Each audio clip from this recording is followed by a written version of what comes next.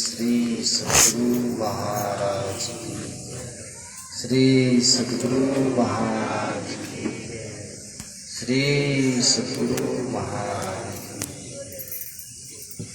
ध्येयं सदा परिभवग्नमभीष्टदोहम् तीर्थास्पदम् शिवविरञ्चिनुतं शरणं नित्यार्तिहं प्रणतपालभवाब्धिपूतं वन्दे महापुरुषते चरणारविन्दम् अखण्डानन्दबोधाय शिष्यसन्तापहाय सच्चिदानन्दरूपाय रामाय गुरुवे अज्ञानतिमिरान्धस्य ज्ञानाञ्जनशलाकया चक्षुरुन्मिलितं येन तस्मै श्री गुरवे नमः। तस्मै श्री गुरवे नमः।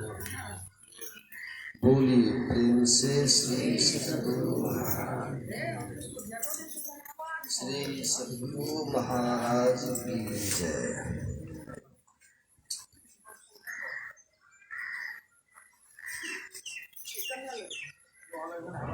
मंजा से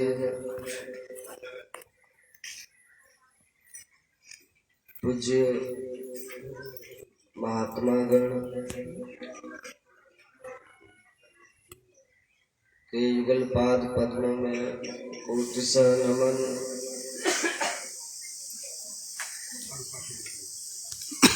उपस्थित हमारे आदरणीय राजीव परम आदरणीय सत्संग प्रेमी महानुभावों, पूजनीय माताओं, भक्तिमती गण, आज हम लोगों ने राजीव जी द्वारा यह संतमत का सत्संग कर रहे हैं। अभी हम लोग ने योग सुखोपनिषद का पाठ सुना। इस उपनिषद में भगवान शिव और ब्रह्मा जी का संवाद है। ब्रह्मा जी प्रश्न करते हैं और भगवान शंकर समाधान करते हैं। ब्रह्मा जी ने प्रश्न किया है कि प्रभु, जीव को मोक्ष कैसे मिलेगा और मोक्ष कहते हैं किसको? मोक्ष को पाने के लिए कोई कहते हैं ज्ञान चाहिए और कोई कहते हैं ध्यान चाहिए। तो इसमें आपका क्या कहना है? आप क्या कहते हैं? तब भगवान शंकर ने कहा कि हे ब्रह्मा जी, मोक्ष पाने के लिए न तो केवल ज्ञान से कोई समर्थ होता है, सक्षम होता है, और न तो कोई केवल ध्यान से, योग से सक्षम होता है। भगवान शंकर कहते हैं जिनके पास योग भी है और जिनके पास ज्ञान भी है, वही सक्षम और समर्थ होते हैं।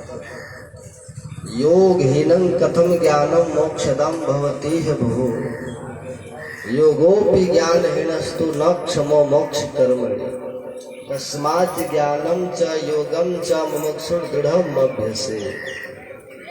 भगवान कहते हैं ब्रह्मा जी, यदि किसी के पास ज्ञान खूब हो, वेद का ज्ञान, उपनिषद का ज्ञान, सभी धर्म ग्रंथों का ज्ञान हो, लेकिन योग नहीं करे अथवा योग से उत्पन्न ज्ञान नहीं हो, तो उनको मोक्ष नहीं मिलता है।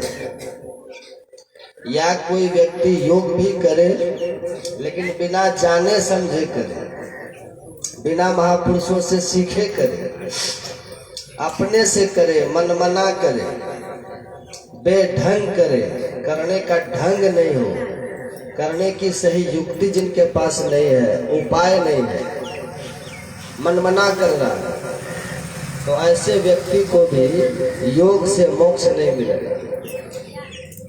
इसलिए भगवान कहते हैं जान लेना चाहिए। और हकीकत में मोक्ष कहते हैं किसको?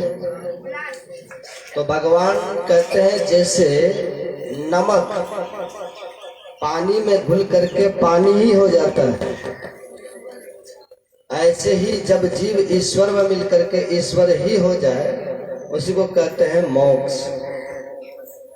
जलानाम सिंधवम यथा, जैसे सिंधव कहते हैं नमक को, जैसे नमक पानी में घुल करके पानी हो जाता है, ऐसे ही जो जीव ईश्वर से मिलकर के ईश्वर ही हो जाए, उसकी जीवता समाप्त हो जाए, उसी अवस्था का नाम है मोक्ष। और ये होता है कब?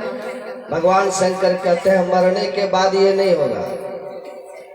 पिंड पातेन या मुक्ति सा मुक्तिर् न तु मन्यते। भगवान शंकर कहते हैं जो ऐसा समझते हैं कि अभी साधन भजन कुछ करो, अभी कुछ पूजा पाठ करो और मरने के बाद मुक्ति मिल जाएगी, ऐसा नहीं होता। ऐसा विचार अगर किसी को है तो नहीं रखना चाहिए।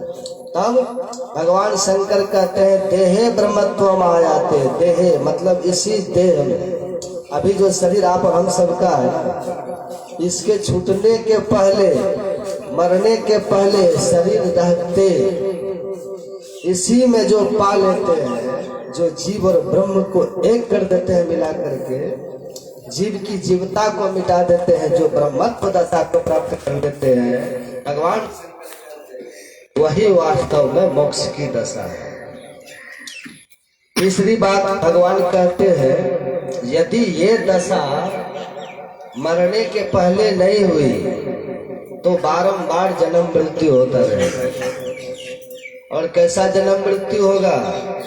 तो भगवान शंकर कहते हैं अंतिम में जैसी वासना होगी, जैसी मति होगी ना अंतिम में मरने के समय, वैसी गति होगी। देहावसान समय चित्त यद यद विभाव तत्तदे भवे जीव देव जन्म कारण। भगवान शंकर कहते हैं मरने के समय जो जो इच्छा जीव करता है वही वही वह हो जाता है। इसलिए भगवान कहते हैं ये प्रयास करना चाहिए कि हम शीघ्र ही मोक्ष प्राप्त करें। और मोक्ष कैसे प्राप्त करेंगे? उसके लिए हमें ज्ञान चाहिए। ज्ञानान मोक्ष, ज्ञान से मोक्ष मिलता है। लेकिन किस ज्ञान से मोक्ष मिलता है? अभी जो सुन रहे हैं ना, इसको कहते हैं श्रवण ज्ञान। और यहाँ से आप घर चले जाएंगे और वहां जो इसको सोचिएगा, विचारिएगा, उसको कहते हैं मनन ज्ञान।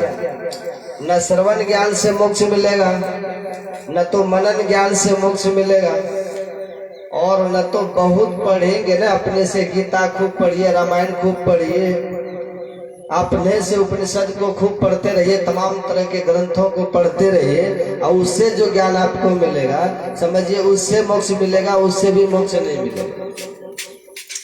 तब किससे मोक्ष मिलेगा? हाँ सुनिए ध्यान से, अगर मोक्ष पाना चाहते हैं तो जो मोक्ष के रास्ते पर चल रहे हैं, जो मुक्ति के रास्ते को जानते हैं, मोक्ष के रास्ते को जानते हैं और जानते भी हैं, उस पर वो चलते भी हैं, प्रतिदिन चलते हैं, रोज चलते हैं, और दूसरे को बताने का सामर्थ्य भी जिनके पास है, मुक्ति मार्ग जानते, साधन करते नित्य, ऐसे जो महापुरुष, उनके पास जाइए और उनके पास जाकर के उनसे सीख लीजिए, उनसे सीखिए। उनसे जो ज्ञान आपको मिलेगा ना, योग का ध्यान कैसे करें हम, उनसे सीख लीजिए। लेकिन अगर नहीं सीखेंगे तब कितनों पढ़ लीजिए, पोथी पढ़ी पढ़ी जगमुआ पंडित बयाना, पोथी पढ़ते पढ़ते मर जाएंगे, लेकिन ये ज्ञान होने की संभावना नहीं है। गुरु बिनु ज्ञान न उपजय, गुरु बिनु मिले न भेव, गुरु बिनु संशय न मिटे। जय जय जय गुरुदेव। कौन काटे? जय जय जय गुरुदेव। खुद से किताब पढ़ने की बात संशय नहीं मिटेगा। खुद से अध्ययन करेंगे, खुद से पुस्तक को पढ़ेंगे और सोचेंगे इससे मुक्ति मिल जाएगी। मुक्ति की बात तो दूर है, संशय भी नहीं मिटेगा। होगा कि पता नहीं ये सत्य है कि ये सत्य है, ये बात ठीक लिखी है कि वो बात ठीक लिखी है, आप भरमा जाएंगे। इसलिए जिन्होंने पहले इसको पाया है, इस रास्ते पर जो प्रतिदिन चल रहे हैं, जो चलते हैं ना, आपको यहाँ से भागलपुर कुप्पाघाट जाना है तो किससे पता पूछिएगा? जो भागलपुर गए हैं, जो कुप्पाघाट चल करके गए हैं, वही ना सीधा रास्ता आपको बतलाएगा। जो कभी कुप्पाघाट देखा ही नहीं है, जो कभी कुप्पाघाट गया ही नहीं है, और उससे पूछे कुप्पाघाट कैसे जाएंगे तो वो क्या बताए? तो जो व्यक्ति पहले कुप्पाघाट गए हुए हैं, वो किधर से गए, रास्ते में कौन सा स्थान, कौन सा गांव मिलता है, वो सब बता देगा कि ऐसे जाइएगा तो वो मिलेगा, ऐसे जाइएगा तो वो मिलेगा, वहाँ वो मिलेगा, और फिर चलते चलते आप कुप्पाघाट आश्रम पहुंच जाए। ऐसे ही हमारे गुरु महाराज कहते हैं, मुक्ति मार्ग जानते, जो मुक्ति के मार्ग को जानते हैं और जानते ही नहीं है, तब साधन करते नित्य, जो साधन भी करते हैं और खुद चलते भी हैं, जो खुद चलते हैं और जानते हैं, ऐसे जो है उनसे जाकर के इसको सीख लीजिए, जान लीजिए। इसी को बोलते हैं दीक्षा। क्या बोलते हैं? सीधी सी बात यह है, आप दीक्षा ले लीजिए। दीक्षा लिया हुआ साधक ही ज्ञानी होता है, उसी को बोलते हैं ज्ञानी भक्त। गुरु से जान लिए, दीक्षा ले लिए, ज्ञान हो गया। बहुत ज्ञान जानने की अब जरूरत नहीं है। बहुत जानिएगा तो कितना अब जानिएगा? अपने यहाँ कितना ग्रंथ है, पढ़ते पढ़ते जीवन बीत जाएगा, तब भी ग्रंथ का अंत होने वाला नहीं है। इसलिए बहुत पढ़े लिखे लोग भी अज्ञानी कभी काल रह जाता है, और थोड़े से पढ़े लिखे लोग भी ज्ञानी बन जाते हैं। जिनके पास गुरु का ज्ञान है, जिन्होंने गुरु से दीक्षा शिक्षा ली है, उतने ही ज्ञान को समझिए।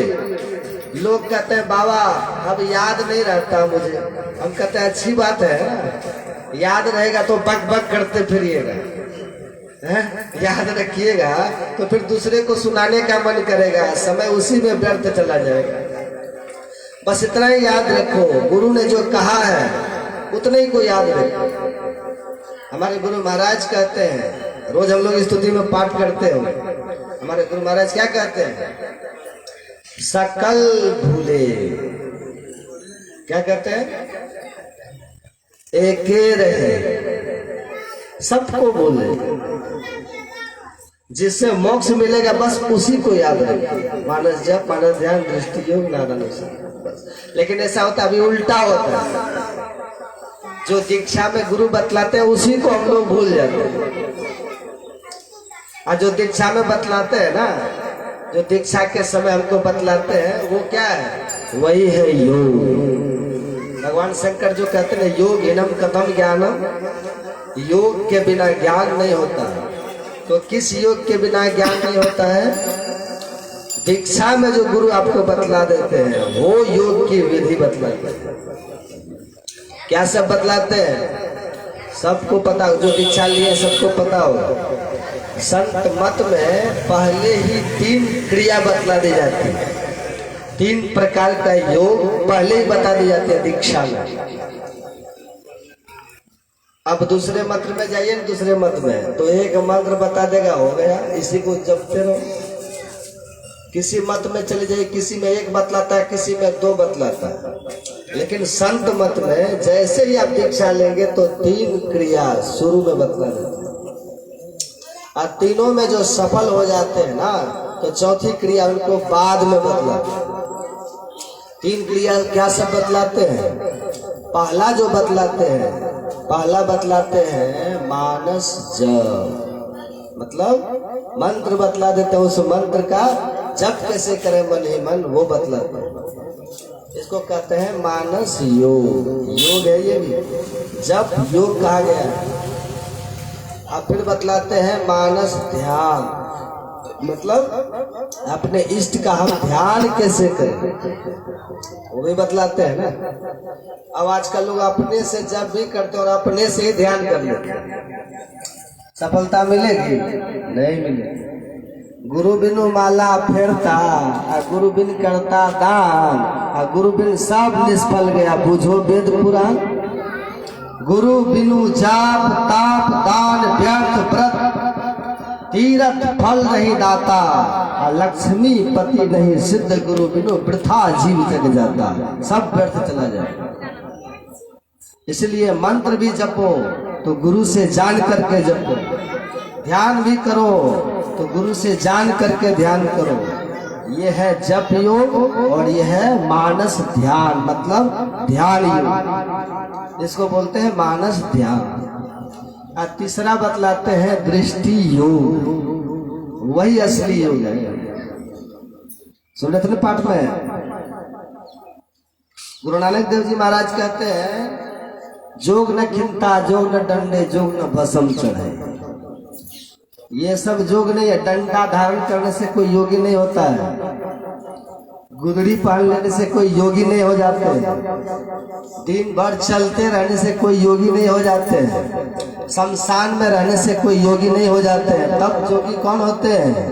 गुरु नानक देव जी महाराज कहते हैं एक दृष्टि करी सम सरी जाने जोगी कहिए सोई। एक दृष्टि मतलब दृष्टि। दृष्टि किसको कहते हैं? दृष्टि किसको कहते हैं?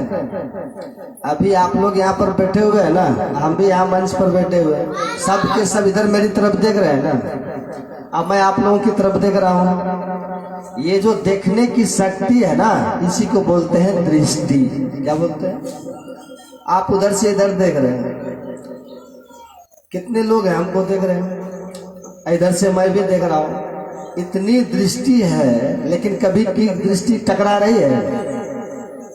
क्यों? क्योंकि ये सूक्ष्म है, ये दृष्टि सूक्ष्म है। लेकिन अभी ये दृष्टि अलग अलग है। दो आंख है ना, दोनों से जो देखने की शक्ति निकल गई, इसी को दृष्टि बोलते हैं। ये अभी दोनों दृष्टिधार हमारी अलग अलग है। जब तक ये दोनों दृष्टिधार अलग अलग है, तब तक हम भोगी बने रहते, विषयों के भोगी।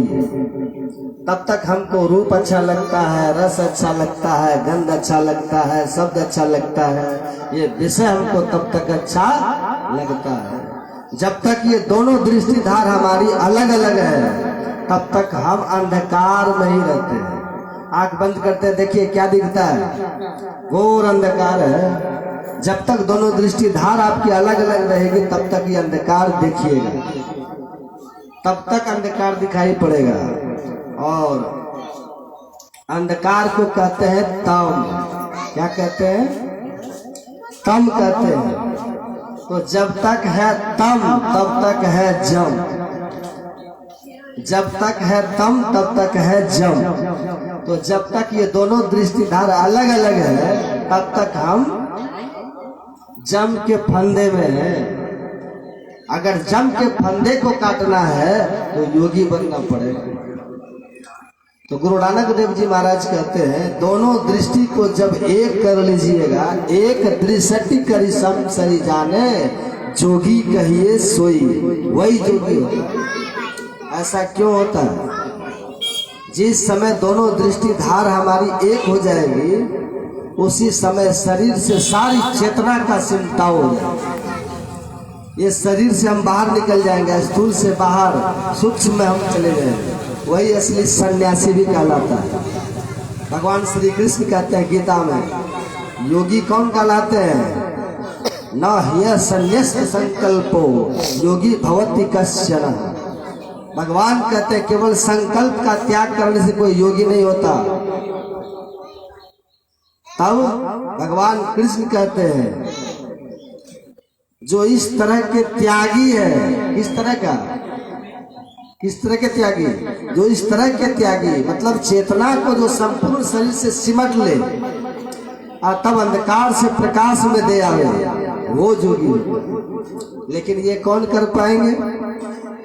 सीधे कोई बैठे सोचे दृष्टि योग की साधना कर लेंगे, संभव है? कभी नहीं होगा। इसी के लिए पहले 2 साधन, मानस जप और मानस ध्यान, ये भी योग है। तो संत मत में ये 3 साधना पहले बताई जाती है। भगवान शंकर कहते हैं इसको जो ठीक से जान लिया वही कहलाते हैं ज्ञानी। जप हम कैसे करेंगे? जप कैसे करें? क्या हम जपे? अल्लड़ पल्लड़ अपने से जपिएगा तब कुछ नहीं होने वाला।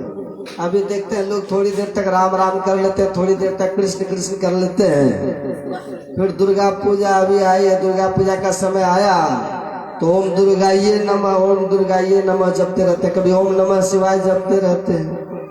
ऐसे अपने मन से करने से कुछ नहीं होता। तब क्या कीजिए? बोले गुरु के पास जाइए और गुरु दीक्षा में जो मंत्र आपको जपने के लिए बतलावे। गुरु कौन मंत्र बतलाते हैं? संत मत में कौन मंत्र दिया जाता है? बड़ी विलक्षण बात है। संत मत में वो मंत्र देते हैं जो दुनिया का सबसे श्रेष्ठ मंत्र है।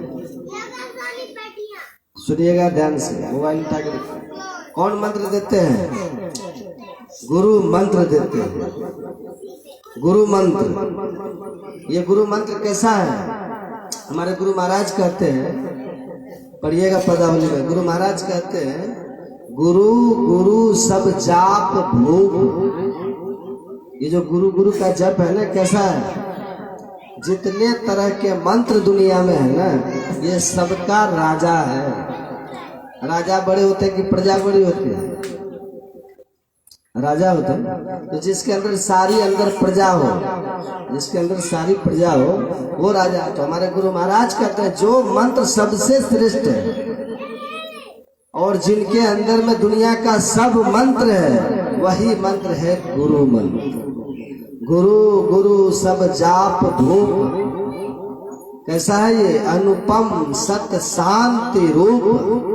अनुपम मंत्र है। अनुपम का अर्थ क्या होता है? जिनकी उपमा हो ही नहीं, इसके समान कोई दूसरा मंत्र है ही नहीं। ये श्रेष्ठ मंत्र। जो मंत्र आप हम सबको मिला ना जपने के लिए, संत मत के सत्संगी को जो मंत्र मिलता है उसकी बात मैं कर रहा हूँ। ये अनुपम मंत्र। इसी मंत्र को जो जपिएगा 4 फल की प्राप्ति होगी। क्या फल है? सबसे पहला फल है अर्थ। अर्थ मतलब क्या होता है? संपत्ति को, धन को। देखिए, यदि कोई ठीक से मंत्र का जप करे ना तो उसको कोई कमी भी नहीं रहती, क्योंकि ये मंत्र ही सबसे बड़ा धन है। ये मंत्र सबसे बड़ा धन है। तभी ना मीराबाई कहती है, मीराबाई की वाणी में है, मीराबाई कहती है पायो जी मैंने नाम रतन धन पायो। मीराबाई कहते हैं मैंने नाम रूपी मंत्र रूपी धन पाया, रत्न पाया हमने। ये कैसा रत्न है? तो मीरा कहती है खर्चे नहीं।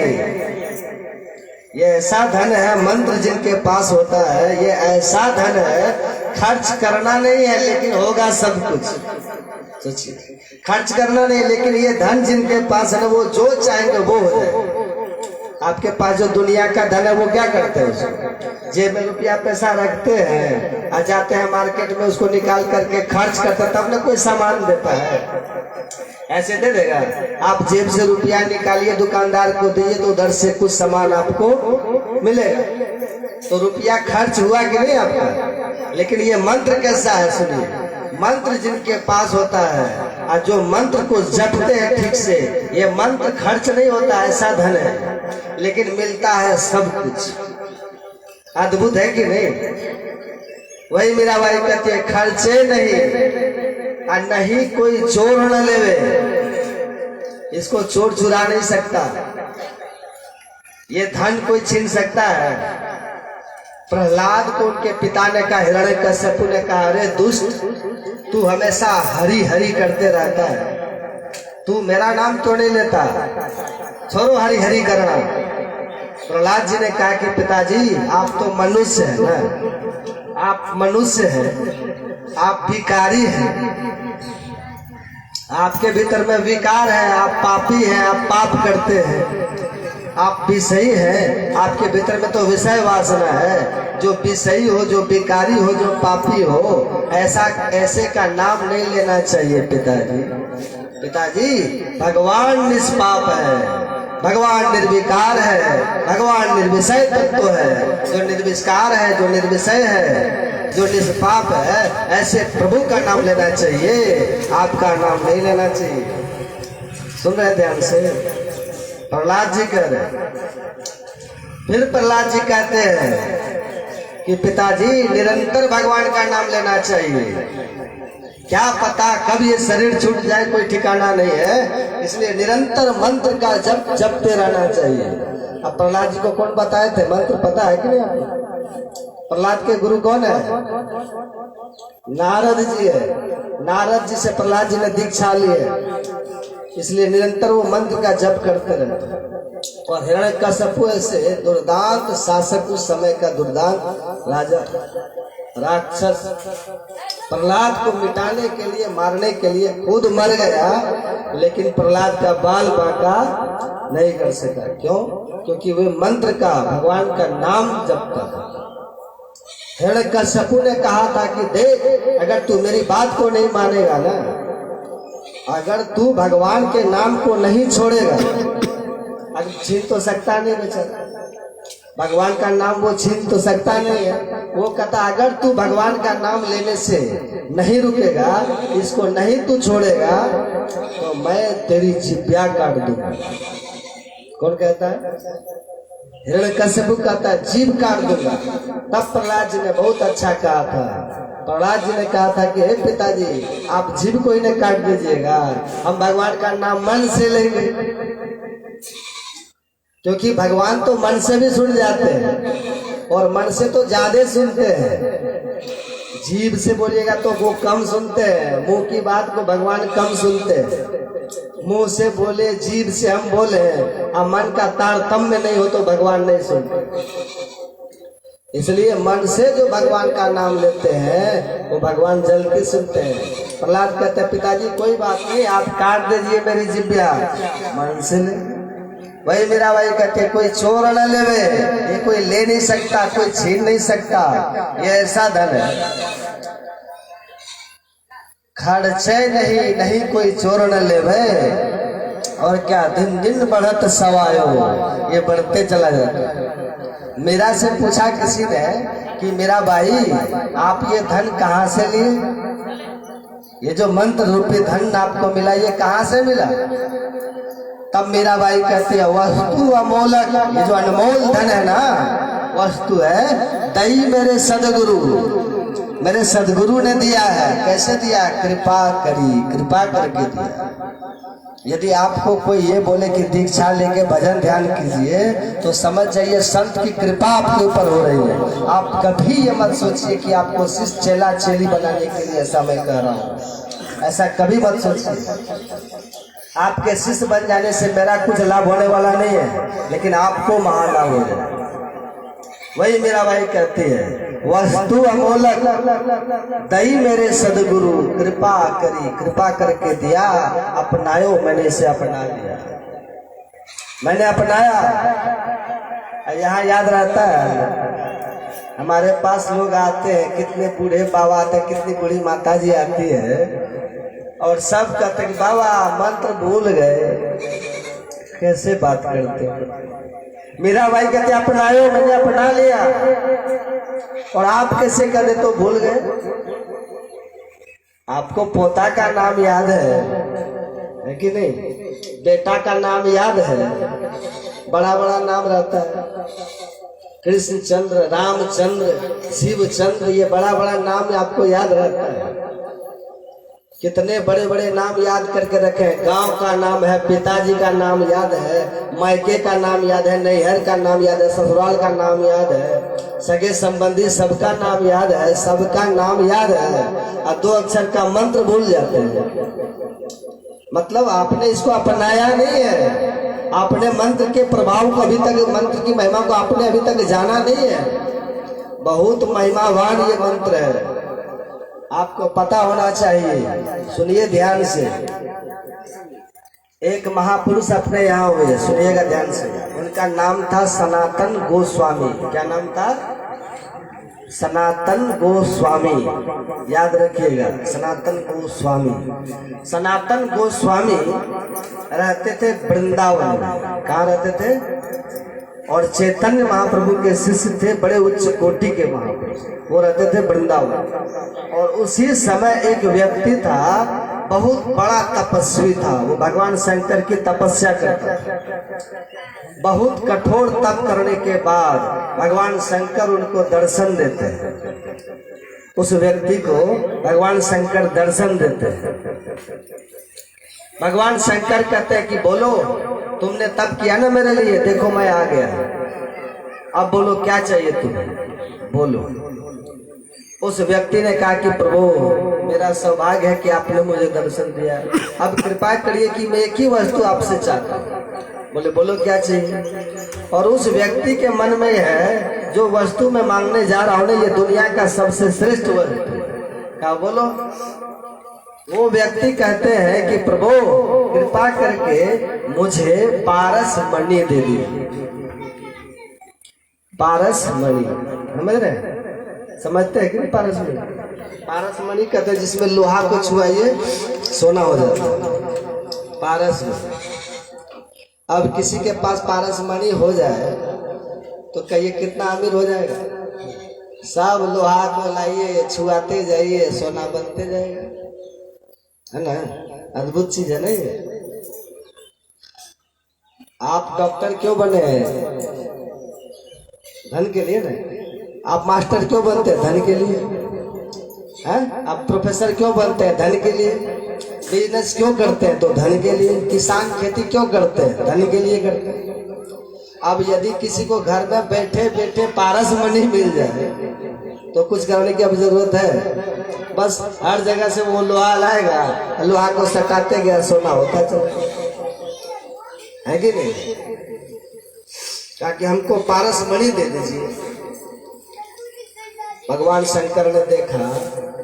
अब भगवान शंकर है कौन? योगी। वही भगवान शंकर उपदेश कर रहे थे ब्रह्मा जी। भगवान शंकर है महायोगीश्वर। भगवान शंकर, भगवान शंकर की दृष्टि में दुनिया का सब कुछ मूल्यहीन है। तब न वो शमशान में रहते हैं, चिता का भस्म रमाते हैं, योगी फकीर की तरह भगवान शंकर। भगवान शंकर ने कहा इसको पारस मणि तो मैं दूंगा, पर थोड़ी इसको शिक्षा भी दूंगा।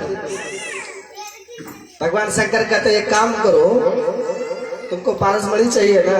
बोले हाँ प्रभु। कहा चले जाओ यहाँ से तुम वृंदावन। वृंदावन में एक महापुरुष रहते हैं, उनका नाम है सनातन गोस्वामी।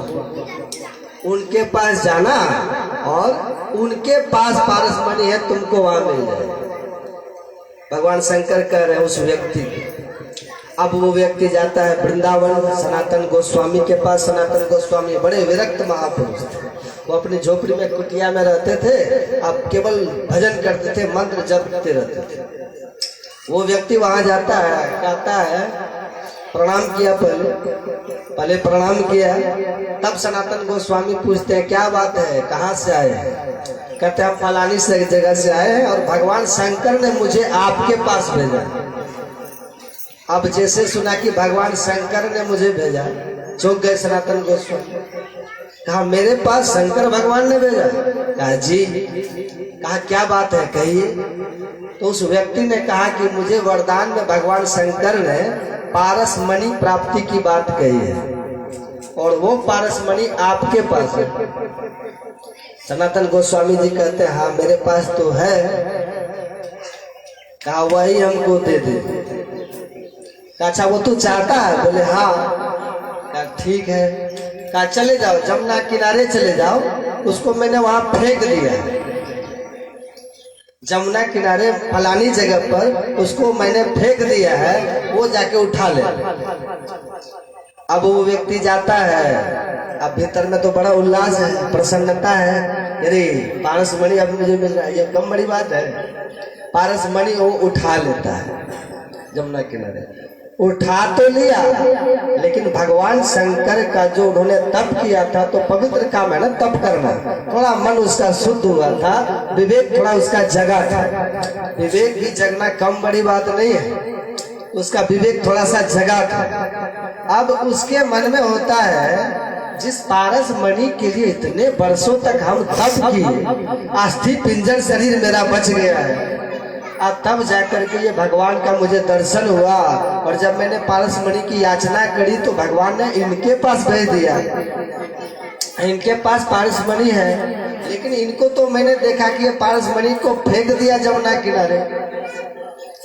इसका मतलब ये हुआ कि इनके पास पारस मणि से भी ज्यादा बहुमूल्य कोई पदार्थ है इसके पास। ये विवेक उसको जगा, क्या है जाके पूछना के, फिर गया प्रणाम किया, कहा मिल गई, कहा जाओ, कहा अब नहीं जाएंगे, कब क्या हो गया, कहा आप पहले ये हमको बताइए, जिसके लिए इतना हम तप किए उसको आप फेंक क्यों दिए जमुना किनारे, क्यों फेंके? इसका मतलब आपके पास इससे ज्यादा कोई कीमती पदार्थ है। मुस्कुराए, बोले हाँ मेरे पास तो है, अभी तो इसको हमने बेकार समझ करके फेंक दिया। अब वो व्यक्ति कहता तब मैं भी इसको अब फेंकता हूँ, मैं भी तब वही लूंगा। आपके पास में जो है ना, मैं भी वही लूंगा, इसको मैं फेंकता हूँ, इसको कहते हैं विवेक, है ना। क्या वही लेगा, मेरा वाला पदार्थ लेगा? कहा हाँ, तब तुमको पहले जमुना में जाओ, स्नान करो, हाथ पैर को जिस हाथ से तूने छुआ है ना, इसको हाथ को ठीक से साफ करो। मतलब क्या हुआ, इसकी इच्छा को बिल्कुल मिटाना होगा, इसकी कामना को, ये संसार के पदार्थों की कामना को बिल्कुल छोड़ना होगा। क्या छोड़ देंगे? कहा जाओ स्नान करो। स्नान करके वो आया, कहा बैठो मेरे सामने, और सनातन गोस्वामी कहते हैं मैं तुमको वो पदार्थ बतलाता हूँ जो पारस मणि से भी ज्यादा महत्व का है। ये पारस मणि जो तूने पाया है ना, ये पारस मणि लोहा को सोना बनाता है, और मैं जो पदार्थ तुमको दूंगा वो भी पारस मणि है, लेकिन वो ऐसा पारस मणि है जो तुम्हारे जीवन को सोना बना देगा। ये तो लोहा को सोना बनाता है ना, पर मेरे पास जो वो पारस मणि है जो तुम्हारे जीवन को सोना बना देगा। कहा जल्दी बताइए, और बस कुछ नहीं, बस यही एक मंत्र उनको बतला दिया, मंत्र बतला दिया, इसी को तुम जपो। और आपको पता है मंत्र को कैसे भी जपिए। तुलसीदास जी महाराज कहते हैं भाव को भाव अनख आलस हो, भाव से जपिए, गुरु गुरु तब भी ठीक है। भाव अगर नहीं है, कभी नहीं रहे कभी, तो भाव से ही जपिए, गुरु गुरु कीजिए तब भी ठीक है। यदि भाव भी नहीं है, कुभाव भी नहीं, आप क्रोध में है ना, क्रोध में भी जपिए तब भी ठीक है। किसी भी तरह से आप मंत्र को जपिए। तुलसीदास जी महाराज कहते हैं भाव कुभाव अनख आलस हो, नाम जपत मंगल दिशि दसम। जो मंत्र का जप करते हैं उनके लिए दसों दिशा में मंगल ही मंगल हो जाता है। सोना घर में रहेगा तो मंगल होगा क्या? कहिए होगा मंगल? जैसे 1 किलो सोना घर में आया, 1 किलो तो पहले यहाँ किसी के घर में है क्या सोना? होगा क्या? यदि होगा तो सड़क पर सीधा चलिएगा। मेरे घर में 1 किलो सोना, जब जिसको चाहो बेटा, है ना। कितना घमंड हो जाएगा कि नहीं? पहले तो होगा नहीं, यदि हो गया तो घमंड हो जाएगा। यदि हो गया तो चुराने का आपके अंदर भय समा जाएगा। यदि हो गया तो खोने का भय समा जाएगा, कहीं कोई ले तो नहीं लेगा, कहीं कोई देख तो नहीं लिया है हमेशा डरे रहेंगे, सशंकित रहेंगे, भयभीत रहेंगे, डरे हुए रहेंगे, वो सोना।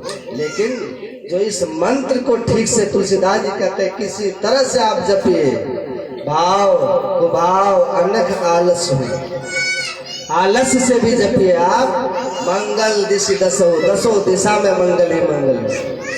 मान लीजिए आप रास्ते में चले जा रहे हैं ना, रात्रि का समय है, आपको दिख नहीं रहा है सड़क, और आगे में रास्ते पर सांप बैठा हुआ है और आपके जेबी में है सोना, तो क्या वो सोना आपको सांप काटने से बचाएगा? बोलिए, बचाएगा? नहीं बचाएगा। लेकिन यदि आपके पास मंत्र है, तब मंत्र जब जा रहे हैं तब जप ही नाम, जप कर रहे हैं, जप ही नाम जन आरत भारी, फल क्या होगा? मिटही कुसंकट, वो जो संकट है आगे सांप वाला संकट, मिटही कुसंकट, वो सांप वाला संकट, किसी भी तरह का जो संकट है जीवन में। एक तो मैंने उदाहरण दिया सांप का, एक मिटही कुसंकट हो ही सुखारी। यदि संकट आगे में है ना आपका, तो ये मंत्र में वो ताकत है, वो संकट को खत्म कर दे। तो मंत्र बड़ा हुआ, सोना बड़ा हुआ?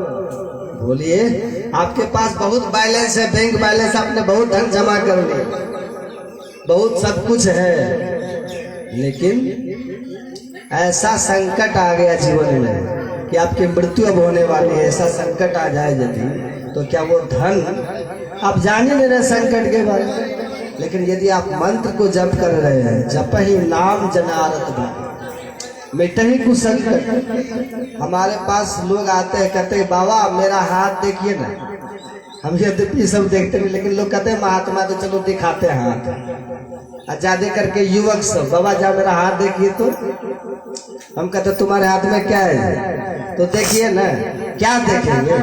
तो मेरी रेखा को जरा देख दीजिए, मेरे जीवन में मेरी रेखा सही है कि नहीं, सुख मिलने वाला है कि नहीं, जरा मेरी रेखा को आप देख दीजिए। तब हम कहते हैं देखेंगे तो अब क्या हो जाएगा? तो कहता है जो होगा सो आप बता दीजिएगा। तो हमने कहा कि बता देंगे तब क्या हो जाएगा? मान लीजिए हमने आपकी रेखा को देखी और रेखा में लिखा है कि आपको अब संकट आने वाला है ना? हमने बता दिया आपको। कभी देखते हैं माता जी लोग पीछे से पीछे आते हैं, जल्दी बैठ जाइए माता जी से, गप सप कहते हैं। अच्छा, हनुमान जी सत्संग में कब आते थे? कहिए तो, हनुमान जी सत्संग में कब आते थे? बोलिए ना। सबसे पहले आते थे, जब सत्संग शुरू होता था तो हनुमान जी वक्ता के पहले, यानी कि वक्ता सुनाने के लिए आएंगे तब जाएंगे। हनुमान जी सत्संग में सबसे पहले आते थे, और जाते थे कब? बीचे मुड़ के चले जाते थे। आते थे सबसे पहले और जाते थे सबसे पीछे। और हम लोग, आप लोग क्या करते हैं? आते हैं पीछे और जाते हैं पहले। ये हनुमान छाप सत्संग हुआ, हनुमान जी की तरफ बनिए, पहले आकर के बैठिए और आरती के पहले उठिए नहीं, आरती के बाद ही उठिए तो लाभ मिलेगा, सत्संग का पुण्य मिलेगा। क्या कह रहे थे? संकट की बात करते। लोग कहते हैं हाथ देखिए, हम कहते हैं हाथ मान लीजिए हम बता ही देंगे आपको, तो इससे होगा क्या? कहाँ वो बात तो है बाबा। इससे हम कहते हैं इससे अच्छा उपाय है कि आपकी रेखा ही बदल जाए, वो काम कीजिए। कहते हैं कैसे बदलेगी मेरी रेखा? उनके मन में होता है बाबा थोड़ा काट कूट के इधर उधर करेंगे रेखा को, चाकू लेंगे, ब्लेड लेंगे, उसको काट कूट करके इधर उधर कर देंगे। अब कहते हैं काटेंगे उठेंगे नहीं, हम रेखा बदलने का उपाय बता देंगे। रेखा बदलने का जो है ना, वो आपको बता देंगे। तो क्या है? अब वो सोचता कोई सामान देगा जेब से, हम कहते हैं इसके लिए आपको पहले 6 महीना मांस मछली छोड़ना पड़ेगा। ऐसे नहीं होता। जो 6 महीना मांस मछली पहले से छोड़ देता है उसी को दीक्षा मिलती है। हाँ, हम ये नहीं कहते कि आप दीक्षा लेके हरिश्चंद्र बन जाइए, सत्यवादी हरिश्चंद्र, हम ये नहीं कहते। हम ये नहीं कहते कि आप दीक्षा लेते हैं युधिष्ठिर की तरह धर्मात्मा इतना बनिएगा कि आपकी गाड़ी का पहिया धरती से एक बित्ता ऊपर चलेगा, ऐसा हम नहीं कहते। वो सब तो धीरे धीरे छूटेगा। सबकी जो जड़ है ये खान पान, मांस मछली, हमारे गुरु महाराज कहते हैं मांस मछली या भोजन त्यागो, इसको छोड़ना पड़ेगा। इसको छोड़ करके तब जो आते हैं ना, तब उनको हम बतलाते हैं। क्या बतलाते हैं? मंत्र बतलाते हैं। कैसा मंत्र है? वस्तु अमोलक या मूलक है। अब मंत्र बतलाएंगे तब क्या होगा? तुलसीदास जी महाराज कहते हैं मंत्र कैसा है ये? मंत्र महामणि विषय व्याल के, मेटत कठिन कुअंक भाल के। कुअंक भाल के, भाल किसको कहते हैं? मस्तिष्क। मस्तिष्क में जो गलत रेखा है ना, इस रेखा को भी जो मिटाने का सामर्थ्य रखता है वो है मंत्र। मंत्र है। कितना प्रेम होना चाहिए, लोग मंत्र ही भूल जाते हैं, समझिए। इसी मंत्र को जपिए। और सबसे श्रेष्ठ मंत्र यही गुरु मंत्र है, सबसे श्रेष्ठ मंत्र है। गुरु रित्यक्षर द्वयत देवी स्वार में संशय स्मृति वेद पुराणा नाम। भगवान शंकर कहते कि देवी स्मृतियों का, वेदों का, पुराणों का सार है ये 2 अक्षर का गुरु नाम वाला है। कौन बोल रहे हैं? भगवान शंकर का। भगवान शंकर झूठ भी बोलते हैं? भगवान शंकर कभी झूठ नहीं बोलते। और भगवान शंकर को झूठा व्यक्ति से बहुत नफरत है, इतना नफरत है कि और की तो बात छोड़िए। उनकी पत्नी थी ना सती, संग सती जग जननी भवानी। जो सती है वो सती को भी भगवान शंकर ने एक झूठ के चलते सदा के लिए त्याग कर दिया। उस समय की सबसे ज्यादा सुंदरी थी सती, सर्वगुण संपन्ना, सद्गुण संपन्ना, सर्वलक्षण संपन्ना, ऐसी थी भवानी सती। लेकिन एक झूठ बोला, वही जो परीक्षा लिया था। कह दिया मैंने कोई परीक्षा नहीं ली, लेकिन परीक्षा उन्होंने लिया था। भगवान शंकर ने देखा ये झूठ बोली, बस सदा के लिए त्याग कर दिया। समझिए, वो भगवान शंकर कह रहे हैं ये सभी ग्रंथों का सार है। कौन? गुरु का मंत्र। इस मंत्र को जपो। कैसे जपिएगा? मंत्र को जपिए नहीं, हम कहते हैं मंत्र में डूबिए, मंत्र में डूब जाइए। ऐसा जपिए मंत्र को कि मंत्र में डूब जाइए। कैसे डूबिएगा? मंत्र में कैसे डूबिएगा? जैसे मछली पानी में डूब जाती है। अब मछली को श्वास लेने के लिए बाहर आना पड़ता है क्या? डूब गई, मछली के चारों तरफ जल ही जल है। श्वास भी लेगी तो उसी में, मछली खाएगी भी तो उसी में। जैसे मछली पानी में डूब जाती है, जैसे जल ही मछली का जीवन हो जाता है, इसी तरह से जो मंत्र में डूब जाए, जिसका जीवन मंत्र हो जाए। पढ़िए, तुलसीदास जी लिखते हैं रामायण में। तुलसीदास जी महाराज कहते हैं सकल कामनाहीन जे, सकल कामनाहीन जे राम भगति रस लीन, नाम सप्रेम पीयूष हृदय। सुनिएगा ध्यान से। नाम मतलब मंत्र, नाम मतलब गुरु का नाम, भगवान का नाम जो मंत्र मिला है, सब प्रेम, इसको प्रेम से जपिए। जब जपना है तो क्रोध से क्यों जपिएगा? जब जपना है तो आलस में क्यों जपिएगा? जब जपना ही है तो आपको भाव से क्यों जपिएगा? जब जपना है तो भाव से जपिए। तुलसीदास जी कहते हैं ना, जो मंत्र है सब प्रेम, प्रेम से जपिए, प्रेम के सहित जपिए। क्योंकि ये जो मंत्र है ना, तुलसीदास जी महाराज कहते हैं पीयूष, ये पीयूष है। पीयूष मतलब क्या था? अमृत है। मछली तो पानी में रहती है ना, तब भी उसी में डूब करके रहती है, लेकिन आप जो मंत्र जपते हैं समझिए वो अमृत है। गुरु गुरु क्या है? अमृत है, उसी में डूब जाइए। कैसे? तुलसीदास जी कहते हैं नाम सप्रेम पीयूष हृदय तीनहु किए मन मीन। मतलब मन मीन, मन को बनाइए मीन। मीन किसको कहते हैं? मछली को। तुलसीदास जी कहते हैं मन को मछली बना दीजिए। अब मछली कहाँ रहती है?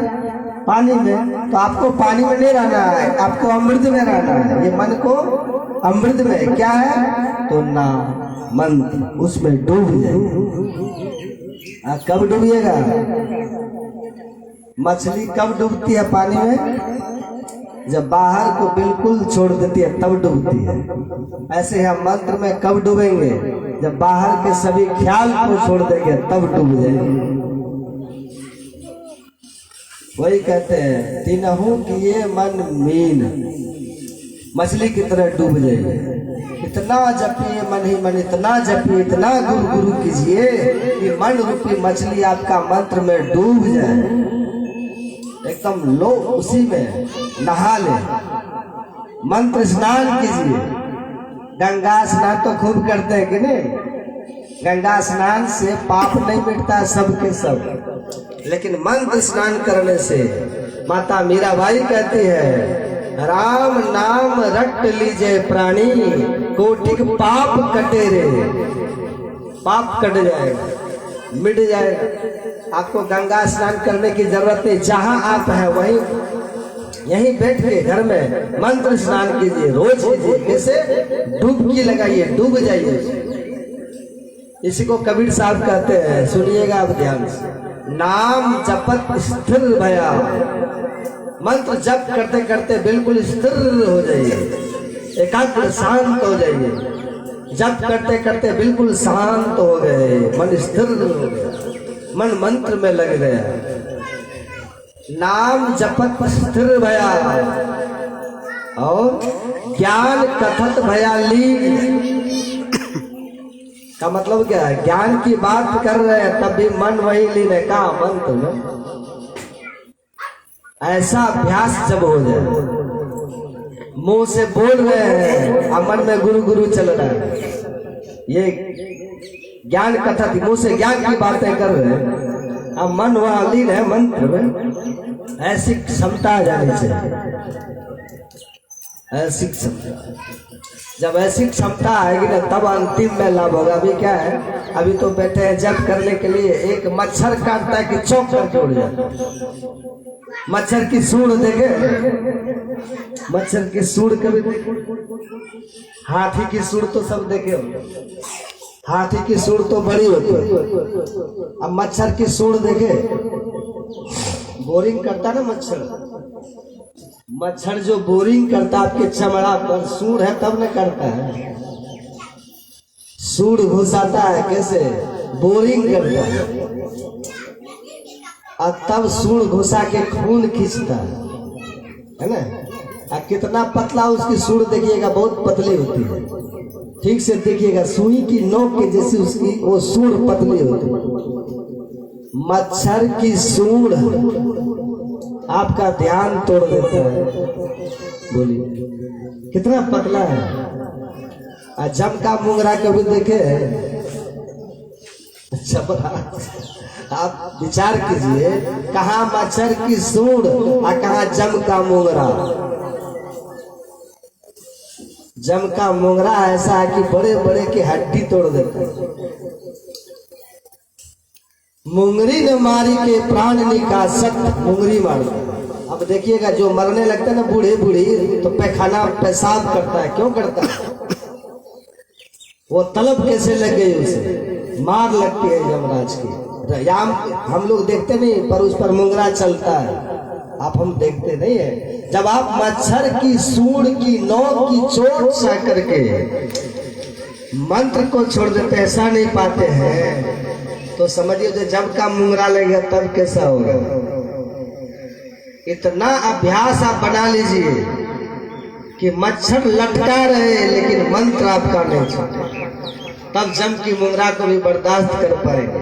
और बहुत अद्भुत है, जिनको मंत्र ठीक से जप होने लग जाएगा ना, तो उनको न तो मच्छर की सूंड का पता चलेगा और न तो जम की मुंगरा का पता चलेगा। ये ताकत है केवल मंत्र। और वहाँ किए कर तो माई बाप, किए कर तो भाई, आ किए कर तो घर के त्रिया, कोई नहीं बचाएगा। न पत्नी बचाएगी, न भाई बचाएगा, न बहन बचाएगी, न माता पिता, कोई नहीं बचाएगा। यदि मंत्र आपके पास है ना, तो यही मंत्र आपको बचाएगा, कोई नहीं बचाएगा। मंत्र बचा लेता है। इसलिए कैसे जपिए, तो वही कबीर साहब कहते हैं, नाम जपत स्थिर भया। स्थिर होकर के, यानी कि बस बैठे और तुरंत उठ करके चल दिए, स्थिर होकर थोड़ी देर बैठिए, जपिए। और जब जप करेंगे तो आप और ज्यादा स्थिर हो जाएंगे। ये मंत्र का प्रभाव। नाम जपत स्थिर भया, ज्ञान कथत भया लीन। ज्ञान का कथन हो रहा है, मन है मंत्र में, अवाणी है मुंह में, चल रहा है। ऐसा अभ्यास हमारा होगा। ये कैसे होगा? कबीर साहब कहते हैं, सूरत शब्द एके भया, जल ही होएगा। ये मछली जैसे जल में रह करके, अब बाहर से आप देखिए तो मछली दिखती है, जल में वो समा गए। ऐसे ही मन हमारा मंत्र में समाया। मनो मध्ये स्थितो मंत्रो, मंत्र मध्ये स्थितम मनः, मनो मंत्र समायोगो जपित्यभिधीयते। ये भगवान शंकर करते, मन में मंत्र घुस जाए और मंत्र में मन घुस जाए, मन मंत्र एक हो जाए। ऐसा यदि हो जाएगा तो मंत्र सिद्ध हो जाएगा। जपात सिद्धि, जब से सिद्धि मिल जाएगी। जब से भी सिद्धि मिलती। जब की सिद्धि क्या है? जब की सिद्धि यही है, अभी हम चाहते हैं तब जप नहीं होता, लेकिन तब सिद्ध होने पर नहीं चाहेंगे तब भी जप होगा। आप सो करके उठिएगा, पहले से जप होता हुआ आपको मिलेगा। ये जप की सिद्धि। और सबसे बड़ी बात यह है, जिनके नाम का आप जप कीजिएगा उनका दर्शन हो जाए, उसी को बोलते हैं मानस ध्यान। क्या कहते हैं? ये ध्यान है। अब सुनिए ध्यान। अभी मंदिर में मूर्ति लगाएंगे ना आप लोग, अभी दुर्गा माँ की पूजा चल रही है। सब मंदिर में दुर्गा माँ की एक से एक मूर्ति बन रही है, पूजा करेंगे। कोई सोना की छतरी चढ़ाते हैं, तो कोई हीरा का हार पहनाते हैं। कैसे कैसे लोग पूजा भी कर रहे संसार में। देखिए, बड़े बड़े नेता, बड़े बड़े मंत्री अपना खजाना खोल करके दुर्गा माँ की पूजा में लगे हुए हैं। बहुत अच्छी बात है, करना चाहिए। लेकिन ये पूजा तो 9 दिन की है, 10 दिन की है, और उसके बाद क्या कीजिएगा? फिर वही चलेगा 80 चुटकी 90 ताल, तब देखो खेने का हाल। फिर वही चलेगा, फिर वही चलेगा। संडे हो कि मंडे निधि खाओ अंडे। फिर वही चलेगा, रामा रामा हरे हरे बकरी मुर्गी घरे घरे। फिर ये शुरू हो जाए। और आजकल तो लोग विभाग कर दिया है। लोग कहते हैं ये है वैष्णवी दुर्गा और वो है शाक्ति दुर्गा। बताइए कैसा आदमी है। दुर्गा को भी लोग मांसाहारी बना दिया। माँ दुर्गा जो माँ दुर्गा जगदम्बा है, जो जगत की अम्बा है, क्या वो मुर्गा बकरी की माँ नहीं है?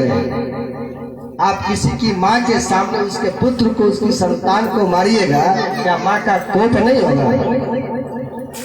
कैसे आप है जी? ऐसा क्यों करते हैं? सत्संग नहीं करने के कारण। और सत्संग भी ऐसा सुनता है ना जहाँ पत्संग ज्यादा होता है। जो ये कहते हैं सब कुछ खाओ पियो 3 बार भगवान को जगा दो, वहां जाके नहीं, बिनु सत्संग विवेक न होई, राम कृपा बिनु सुलभ न सोई। बिना सत्संग के विवेक आपको नहीं हो। मूर्ति स्थापित करना मंदिर में बहुत उत्तम बात है। हम लोग भी घर में गुरु महाराज का चित्र लगाते हैं, बहुत उत्तम बात है, लगाना चाहिए। लेकिन घर में मूर्ति लगाना, मंदिर में मूर्ति लगाना, भगवान को स्थापित करना, ये ठीक है, लेकिन ये बिल्कुल करेक्ट, बिल्कुल ठीक नहीं है। ये बिल्कुल ठीक नहीं है। बिल्कुल ठीक क्या है? उपकारी गुरु रूप को मानस ध्यान थपो, यहाँ स्थापित कीजिए, अपने भीतर स्थापित कीजिए। ये मंदिर तो आपने अपने से ईंट पत्थर का मंदिर आपने बना लिया, ये तो आपका बनाया हुआ मंदिर है, ये आपका बनाया हुआ मस्जिद है, वो तो आपने बनाया है। लेकिन ये क्या है? ये शरीर, ये कुदरती कावा है, ये ईश्वर कृत मंदिर है, ये भगवान का बनाया हुआ मंदिर। वो नकली है, ये शरीर असली मंदिर है। कभी आपने सोचा? नकली मंदिर मस्जिदों में जाए सद अफसोस है, कुदरती मस्जिद का साकिन कष्ट उठाने के लिए। वो मंदिर एक प्रतीक है। उस मंदिर में जैसे आप मूर्ति को स्थापना करते हैं, उसी तरह से स्थापना अपने शरीर रूपी मंदिर में कीजिए। आप कहेंगे बाबा कहाँ करें? तो क्या मंदिर में आप सब जगह मूर्तियां लगाते हैं? एक स्थान उसका नियुक्त होता है, निश्चित होता है, उस स्थान पर आप मूर्ति लगा देते हैं। इसी तरह से शरीर हमारा है, इसमें कहाँ पर लगाइएगा? मूर्ति की स्थापना कहाँ करिएगा? हमारे गुरु महाराज कहते हैं मानस ध्यान थपो, मानस पटल पर स्थापित करना है, ख्याल में स्थापित करना है, मानस पटल पर स्थापित करना है। गुरु एक संत कहते हैं निहारो यारो गुरु मूर्ति की ओर। ये देखिए, ये है मानस ध्यान। क्या है? ये भी योग है। जप भी योग। अगर आप जप ठीक से करेंगे तो जप करते करते जैसे मन स्थिर होगा, वैसे आपके भीतर में से ब्रह्म ज्ञान प्रकट होगा। वो ज्ञान आपको प्रकट होगा जो ज्ञान किताब उताब कहीं नहीं मिलेगा आपको। है सब ज्ञान है, पर आपको लेगा अरे ये ज्ञान तो पहले से हम जानते हैं। जो ये पुस्तक में लिखा है ज्ञान, ये तो हम पहले से जान रहे हैं। वो आपको कैसे मिला? मंत्र की शक्ति से मिल गया। जैसे मंत्र सिद्ध हो जाएगा, मन स्थिर हो जाएगा, जब करते करते बस ज्ञान भीतर से प्रकट हो जाएगा। वही ज्ञान अज्ञान को हरता है। वो ज्ञान कैसा है? निर्मल ज्ञान है। वो विवेक कैसा है? निर्मल विवेक, विमल विवेक है। वो निर्मल ज्ञान होगा। निर्मल ज्ञान का मतलब उस ज्ञान के होने से विकार नहीं होता, उस ज्ञान के होने से विषय की पकड़ कम हो जाती है, उस ज्ञान के होने से पाप में रुचि नहीं रहती, विषय में रुचि खत्म हो जाती है। इसलिए उसको निर्मल ज्ञान बोलते हैं। फिर कोई दुर्गुण दोष आपके भीतर नहीं रहता। यही है। इसी तरह से जब आप इष्ट का ध्यान करते हैं, अपने भीतर निहारो यारो गुरु मूर्ति की ओर। निहारिए, देखिए, बढ़िया से ध्यान, ठीक से देखिए। कैसे देखिए? ख्याल से देखिए, याद करके देखिए, आंख बंद करके बस निहारते रहिए, देखते रहिए। ये इसका खुलासा होता है केवल दीक्षा में। ऐसे खुलासा नहीं करते हम लोग मंच से। ठीक ठीक दीक्षा में बतलाते हैं, कैसे दिखाई पड़ते हैं गुरु महाराज, वहां पर दीक्षा में बतलाते। जब आप देखेंगे एक बार यदि भीतर में दर्शन किन्हीं को हो जाए, भीतर में एक बार किसी को दर्शन भीतर में होने लग जाए, ठीक ठीक वो देख ले, निहारने लग जाए अपने इष्ट के रूप को, इसका फल क्या होता है? गुरु की मूर्ति हृदय बसा। अगर बस गया, फल क्या होगा? जो इच्छा सोई फल पाए। जो मन में आप कल्पना कीजिएगा, कामना कीजिएगा, वो हो जाएगा। गलत कल्पना आपको होगी नहीं, क्योंकि अब आप पहले पवित्र हुए, पहले शुद्ध हुए, तब आपको दर्शन हुआ। अशुद्धि खत्म, गंदगी खत्म, अब न गलत चिंतन है न गलत कामना है। अब हमेशा शुभ संकल्प कीजिएगा, शुभ चाहिए, वो सब पूरा हो जाएगा। कितनी बड़ी बात है, सुनिएगा ध्यान से। जब राम भगवान आए ना अयोध्या, लंका जीत करके, रावण का वध करके अयोध्या जब आए तो माता सीता को छुड़ा करके लाए थे अयोध्या में। तो एक दिन माता सीता बैठी थी और सामने हनुमान जी थोड़ी दूर में उधर अपना बैठे हुए थे। अचानक माता सीता की नजर जाती है हनुमान जी। अकेले में माता सीता जी है, मन ही मन सोचने लग गई कि यही हनुमान है जिसने मेरी खबर लगाई थी, भगवान को खबर पहुंचाई, इसी ने मेरा पता लगा करके और भगवान को मेरी सूचना दी थी, यही हनुमान है। और जब मेरे प्रभु इनकी सूचना पाकर के लंका गए, रावण का वध किए, रावण के वध की भी सूचना इन्होंने ही दी थी। और जब मुझे प्रभु से मिलना था तो लेने के लिए भी मुझे यही हनुमान जी आए थे। माता सीता हनुमान जी को देख देख करके उनके उपकार को याद कर गए। इतना उपकार इन्होंने किया, मेरा पता लगा दिया, प्रभु को मेरे पास तक ले गए, रावण का वध करवा दिए, फिर मेरी खबर लिए, मुझे लेकर के प्रभु के पास गए। इतना उपकार इन्होंने किया। नहीं रहा गया माँ सीता को। माता सीता कहती है हनुमान इधर है, दौड़ करके आते। माता आदेश का आदेश कुछ नहीं, अब तो बिना आदेश का सब कुछ करते हैं। माता सीता प्रफुल्लित है, वो धुआं हमको बर्दाश्त नहीं होता है, छोड़ दीजिए ना। माता सीता कृतज्ञ हो रही है। उनके गला में एक सुंदर सी मोती की माला थी। क्या था कृतज्ञ? आप जब किसी के प्रति कृतज्ञ होइएगा, होता है क्या देते हैं, क्या इनको हम देते, होता है ना बना, क्या देते हैं? प्रफुल्लित होकर के, गदगद होकर के, रोमांचित होकर के माता सीता अपने गले से वो मोती का हार उतारती है और हनुमान जी को पहना देती है। पहन ले, हनुमान जी को पहनाती है। हनुमान जी प्रणाम करते हैं। उधर से सुग्रीव देख रहा था, ईर्ष्या हो गई सुग्रीव की, है इनको दे दिया। अंगद ने देखा, ईर्ष्या हो गई, इनको दे दिया। हनुमान जी वही माता सीता को प्रणाम किए, अब माला को गला से निकाल लिए। मोती की माला है, कीमती मोती है। माला को निकाल लिए, एक एक दाना को लेके ऐसे फोड़ने लगे। सुग्रीव हंसने लगे। सुग्रीव कहते हैं आप माता सीता को पता चलेगा किसको माला दे दी, ये मूर्ख को दे दी।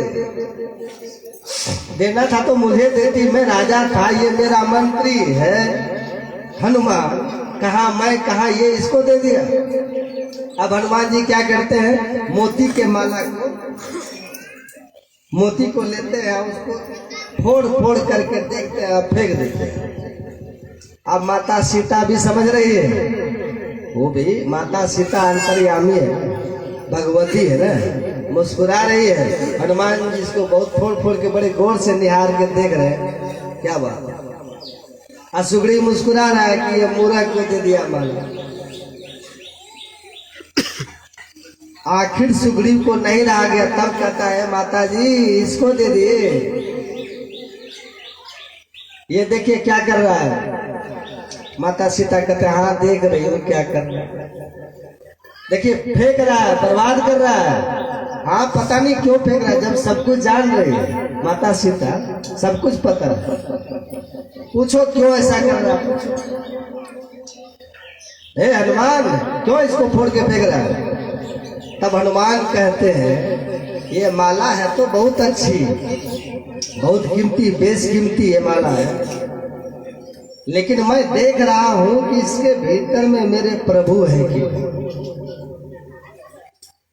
मोती है पर जिसमें श्री राम न हो, जो न राम के वो न मेरे काम के। कैसा भाव रहा? सब माला को फेंक दिए, नहीं लिए। माला की बात तो अब छोड़ दीजिए, माला की बात छोड़ दीजिए। हनुमान जी को भगवान श्री राम ने विभीषण को लंका दे दिए और सुग्रीव को किष्किंधा दे दिए ना, हनुमान को कुछ नहीं दिए। भगवान हनुमान ने कभी कुछ मांगा भी नहीं, भगवान कुछ दिए भी नहीं। एक दिन भगवान से नहीं रहा गया, भगवान पूछते हैं कि हनुमान तुमको कोई कष्ट भी है क्या? सुनिएगा ध्यान से, कोई कष्ट भी तुमको है? हनुमान जी देखते हैं क्या बात है, आज पूछ रहे हैं, क्योंकि न तो इनको कोई राज दिए है, न तो कोई धन संपदा, कुछ तो हम दिए ही नहीं। उपकार सबसे बड़ा यही हनुमान किया है। पूछे कोई कष्ट भी तुमको है? हनुमान जी कहते नहीं, कष्ट तो कुछ नहीं है प्रभु। नहीं कोई विपत्ति हो जीवन में तो बोलो। कहाँ एक विपत्ति है? कहा बोलो हम दूर कर देंगे। का पक्का? बोले पक्का कर देंगे, बोलो। तब हनुमान जी कहते हैं, कहा हनुमंत, सुनिएगा, हनुमान जी कहते हैं विपत्ति, विपत्ति कहते हैं। कहा हनुमंत विपत्ति प्रभु सोई। हे प्रभु मेरे लिए विपत्ति क्या है? हनुमान जी कहते हैं जब तब सुमिरन भजन न हो। जिस समय मुझसे आपका सुमिरन नहीं होता है, वो समय मेरे लिए सबसे बड़ी विपत्ति का समय है प्रभु। वो समय मेरे जीवन में नहीं आए, वही विपत्ति है। उस विपत्ति को टाल दीजिए आप और मुझे कुछ नहीं दे। देख रहे हैं कैसी भावना है? उसी का फल भगवान ने कहा, हे वस्तु जाओ, तुम्हारा मन कभी मंत्र को छोड़ेगा नहीं, राम को।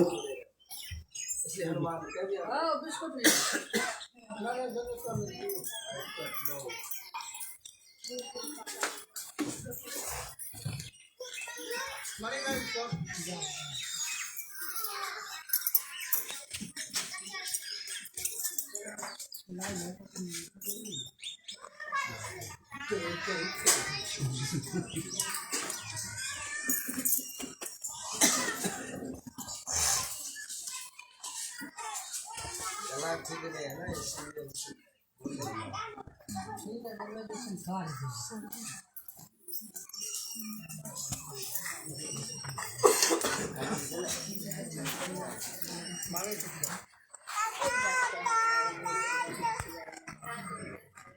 जय जय राम, जय जय राम, जय जय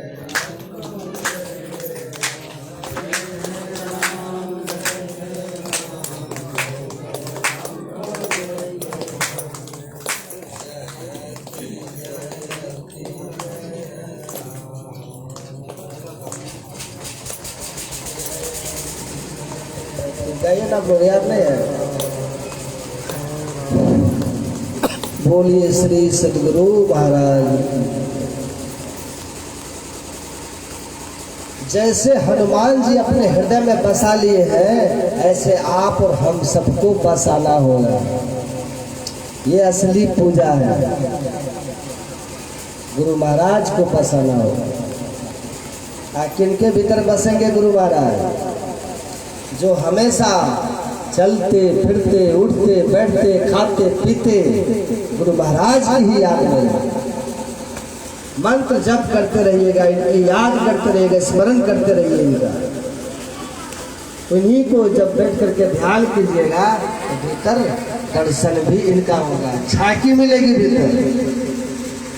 दर्शन कीजिएगा भीतर, अब भीतर का जो दर्शन है ना, वो दर्शन से क्या होगा? हमारे गुरु महाराज कहते हैं अमीय रूप कहीं, ये अमृत स्वरूप है रूप। सुनते हैं पाठ में,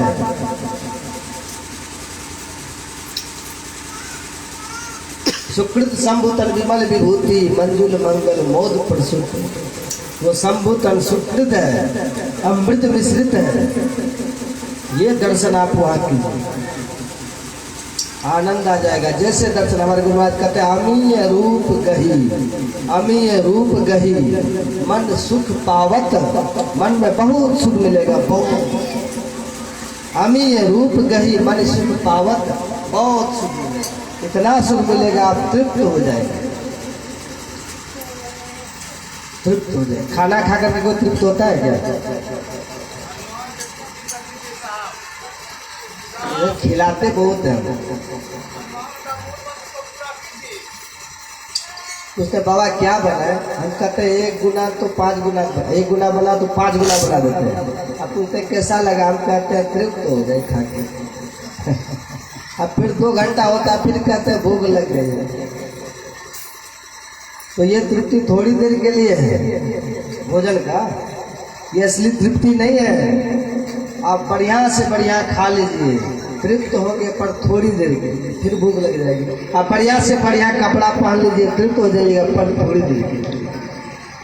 एक बार जो अपने भीतर में दर्शन इष्ट का कर लेते हैं, इष्ट के दर्शन करते जो तृप्ति आपको मिलेगी, वो तृप्ति अद्भुत है। उस तृप्ति में महासुख है। इसलिए गुरु महाराज जी कहते हैं, मन ही मन जाप जपो, उपकारी गुरु रूप को मानस ध्यान थपो। स्थापित कीजिए। कौन स्थापित कीजिएगा?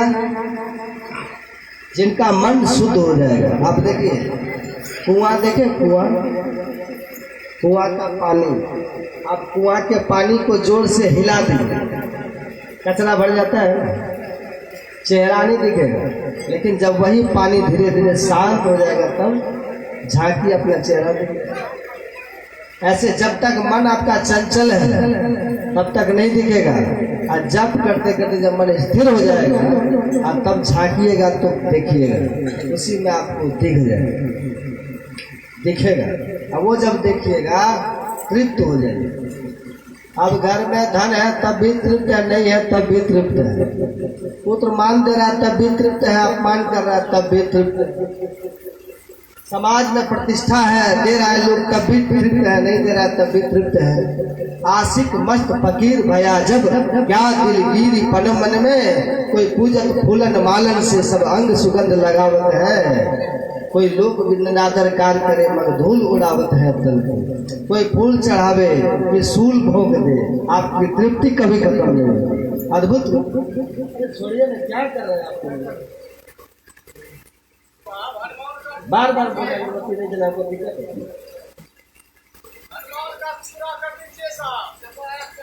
प्रकाश भी भिन्न होगा।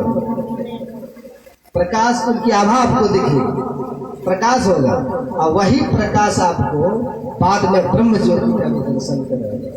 अब कपूर दृष्टि की क्रिया में आप सफल हो। गुरु जाप मानस ध्यान मानस कीजिए दिल साध कर, इनका प्रथम अभ्यास कर शुद्ध शुद्ध करना चाहिए। तब घटतम प्रकाश व शब्द पट त्रय, जीव पर है छार है कर दृष्टि धुन योग साधन। ये हटाना चाहिए। ये जब हटेगा अंधकार हट जाएगा, प्रकाश हट जाएगा, शब्द का पर्दा हट जाएगा। ये 4 क्रिया करने से, चारों ये योग, जप कीजिए, ध्यान कीजिए, दृष्टि योग कीजिए, नादानुसंधान कीजिए।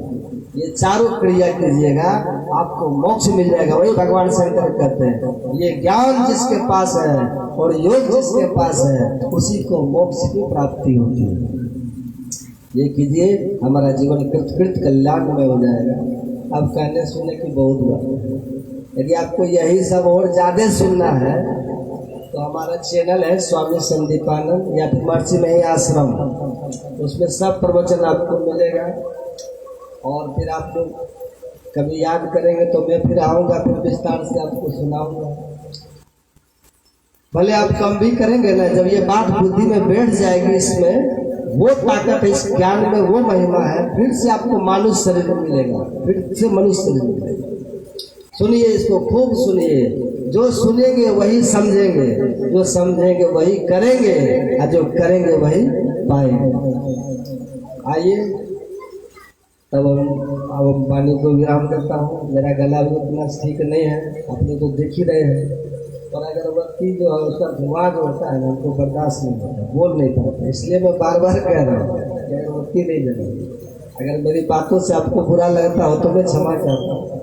बोलिए श्री सद्गुरु महाराज हमारे राज।